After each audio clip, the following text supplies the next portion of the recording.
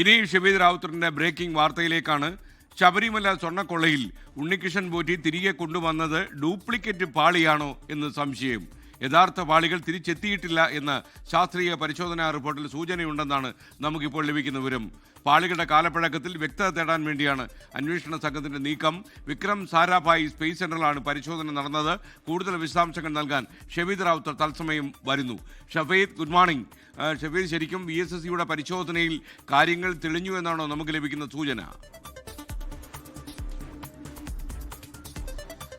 Very good morning എസ്കേൻ. ശബരിമല സ്വർണ്ണക്കൊള്ളയുമായി ബന്ധപ്പെട്ട് എന്താണ് സംഭവിച്ചതെന്നുള്ള കാര്യം ആക്ച്വലി VSSC റിപ്പോർട്ടിലുണ്ട്. മാത്രവുമല്ല, കേവലം സ്വർണം നഷ്ടമായതാണോ അതല്ല പാളികൾ അടിമുടി നഷ്ടമായതാണോ എന്നൊക്കെയുള്ള കാര്യങ്ങളിലായിരുന്നു സംശയം.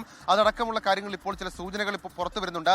SITയിൽ നിന്ന് തന്നെ ചില സൂചനകൾ പുറത്തേക്ക് വരുന്നുണ്ട്. അതിനനുസരിച്ച് ഡ്യൂപ്ലിക്കേറ്റ് പാളി എന്ന സംശയത്തിൽ അന്വേഷണം നടത്താനാണ് നിലവിൽ ഇപ്പോൾ SIT തീരുമാനിച്ചിരിക്കുന്നത്. യഥാർത്ഥ പാളികൾ തിരിച്ചെത്തിയില്ലെന്ന റിപ്പോർട്ടിൽ സൂചന എന്ന വിവരം ഇപ്പോൾ പുറത്തേക്ക് വരുന്നുണ്ട്. പാളികളുടെ ശാസ്ത്രീയ ഘടനയിൽ വ്യത്യാസമെന്നാണ് പരിശോധനാ ഫലം. വ്യത്യാസം കണ്ടത് 1999 സ്ഥാപിച്ച പാളികളും നിലവിലെ പാളികളും തമ്മിൽ താരതമ്യം ചെയ്തപ്പോഴാണ്. കാലപ്പഴക്കത്തിൽ വ്യക്തത തേടാൻ അന്വേഷണ സംഘം തീരുമാനിച്ചിട്ടുണ്ട്.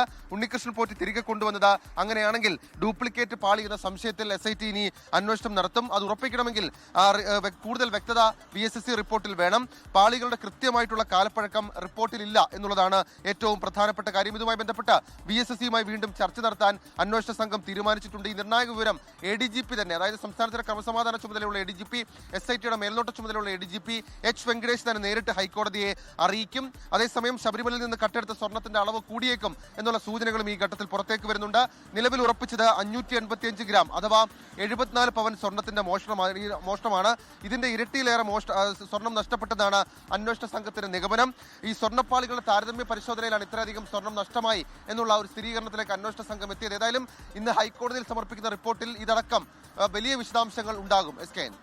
ലോകത്തെവിടെയായാലും ഏത് സമയത്തും 24 വാർത്തകളും ഓഗ്മെന്റഡ് റിയാലിറ്റി പാക്കേജുകളും എക്സ്പ്ലെയിനറുകളും വിശദമായി കാണാൻ ഞങ്ങളുടെ YouTube ചാനൽ നിങ്ങൾക്ക് സബ്സ്ക്രൈബ് ചെയ്യാം.